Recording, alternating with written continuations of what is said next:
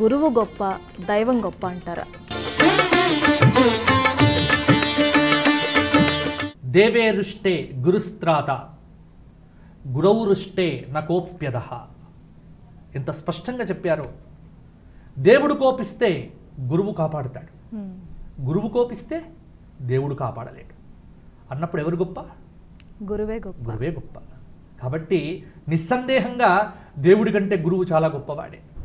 కానీ ఇక్కడ ఇలా మాట చెప్పగానే చాలామంది ఏమనుకుంటారు అంటే, ఈ మధ్యకాలంలో చాలామంది సమన్వయంగా వెళ్ళట్లేదు. అందుకే సమన్వయం చేసుకోవాలి. గురువు గొప్ప, ఆ గురువు ఎలా ఉండాలి, గురువుకు ఎన్ని లక్షణాలు ఉండాలి, ఎటువంటి వారిని గురువుగా భావన చెయ్యాలి, అసలు గురుత్వం అనేటువంటిది ఎలా మనం చూడాలి అన్నది మనకు శాస్త్రము కొన్ని చెప్పింది. శ్రోత్రియం బ్రహ్మనిష్టం, ఇలా అధిగత తత్వ.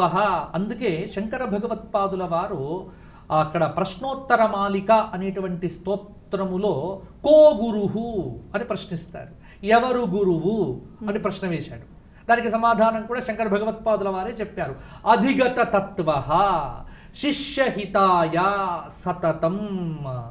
అంటే తాను పరబ్రహ్మస్వరూపము అనే భావనను పొంది బ్రహ్మానుభావ స్థితిలో ఎప్పుడూ ఉంటూ శిష్యుడి యొక్క హితముకు పాటుపడేటువంటి వారు ఎవరో అతడు నిజమైనటువంటి గురువు తప్ప శిష్యుడి డబ్బును దొంగలించేటువంటి వాడు గురువు ఎప్పటికీ కాడు.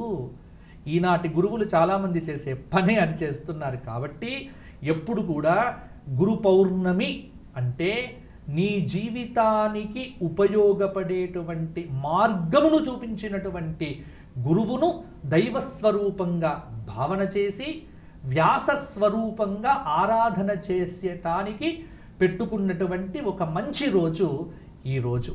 కాబట్టి గురువు గొప్ప, దేవుడు గొప్ప అన్నప్పుడు దేవుడిని చూపించేదే నీకు గురువు. దేవతా అనుభవాన్ని నీకు ఇప్పించేవాడే గురువు అయినప్పుడు గురువే కదమ్మా గొప్పవాడు.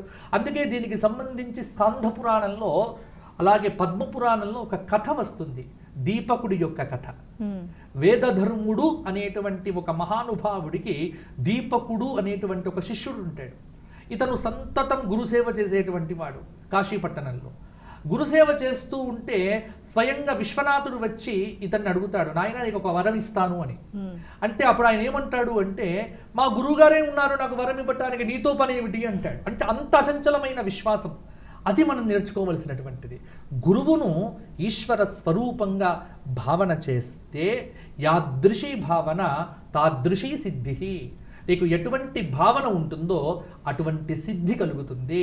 కాబట్టి దేవుడు కోపిస్తే గురువు కాపాడుతాడు, గురువు కోపిస్తే ప్రపంచంలో నిన్ను కాపాడటానికి ఎవ్వరూ లేరు అనేటువంటి విషయాన్ని మనకు శాస్త్రము చెప్పింది. కాబట్టి ఖచ్చితంగా గురువే అందరికంటే